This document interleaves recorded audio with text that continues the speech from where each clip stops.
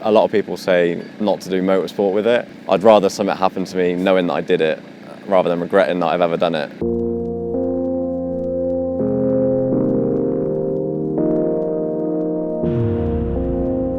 My name's Kelan Watkins and I'm with Joe Duffy today in the Lotus Elise. All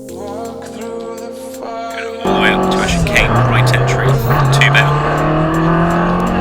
All the way down to a chicane, right entry, 3 bail. So I've been co-driving for around 2 years now.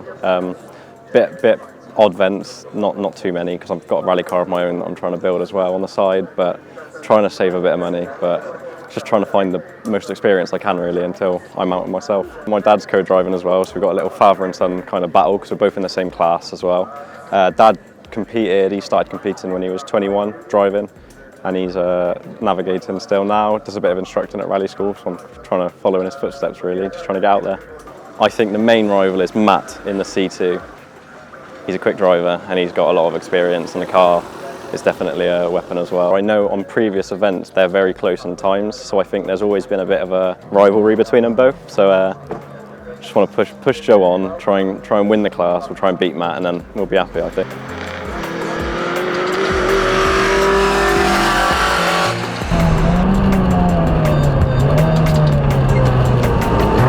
We had a very good stage. It was a lot more committed, especially in the perimeter area. We felt a lot more comfortable, especially on the little section, the straight section where there's the grass in the middle. The car tend to wander a little bit around on the previous stages. However, we kept it like in the middle. Where the jump was, we kept it fairly flat until the jump, with a little dab of the brakes to settle the car over the jump. Through the gate into an immediate hairpin left and hairpin right, very tight. All the way down to a right entry chicane, 3 bail. The car started to step out a little bit, and we had a little drift on, and then we kind of drove the rest of the stage to the finish. It was very, very, very clean.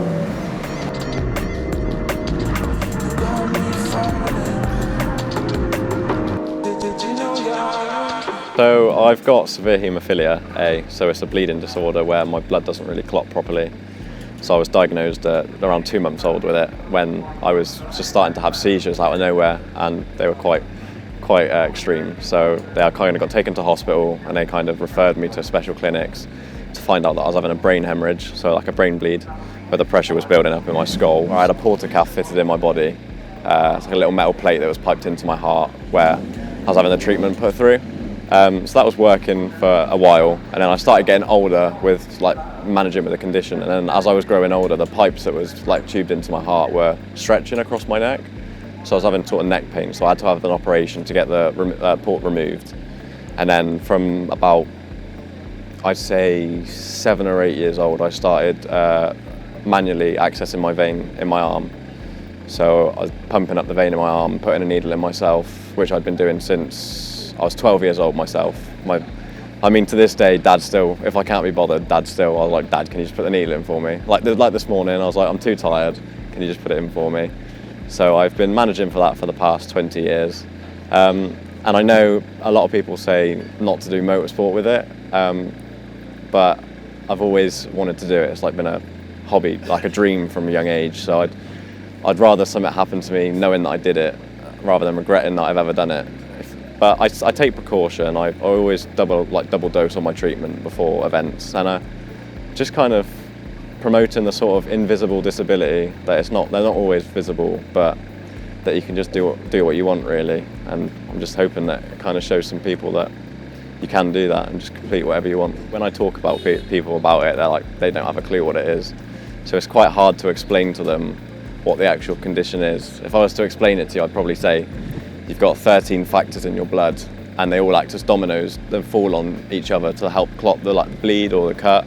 But I missed the 8th factor, so when the dominoes sort of fall, they stop falling when it gets to the 8th one. So the treatment that I do sort of fills that 8th place, causing them to all fall down and almost stop the bleed. It's sort of kind of best way I've always sort of explained it to people, the easiest sort of way. Charity is called the Haemophilia Society, where you can search them up online. But yeah, they're on Instagram, they're on Facebook, they've got a website. When I spoke to them, because I have checkups every 6 months, they didn't recommend me doing motorsport. They're like, we don't recommend it, but we can't stop it. And that was the same for the tattoo. It's like, probably shouldn't do it, but we can't stop you. So I got the obviously the tattoo, the ribbon, the symbol for the haemophilia sort of condition tattooed on my neck, which I got a matching one with my mum. So I got my date of birth and she got her date of birth as she kind of was carrying the condition, just so people know exactly where I do my injection.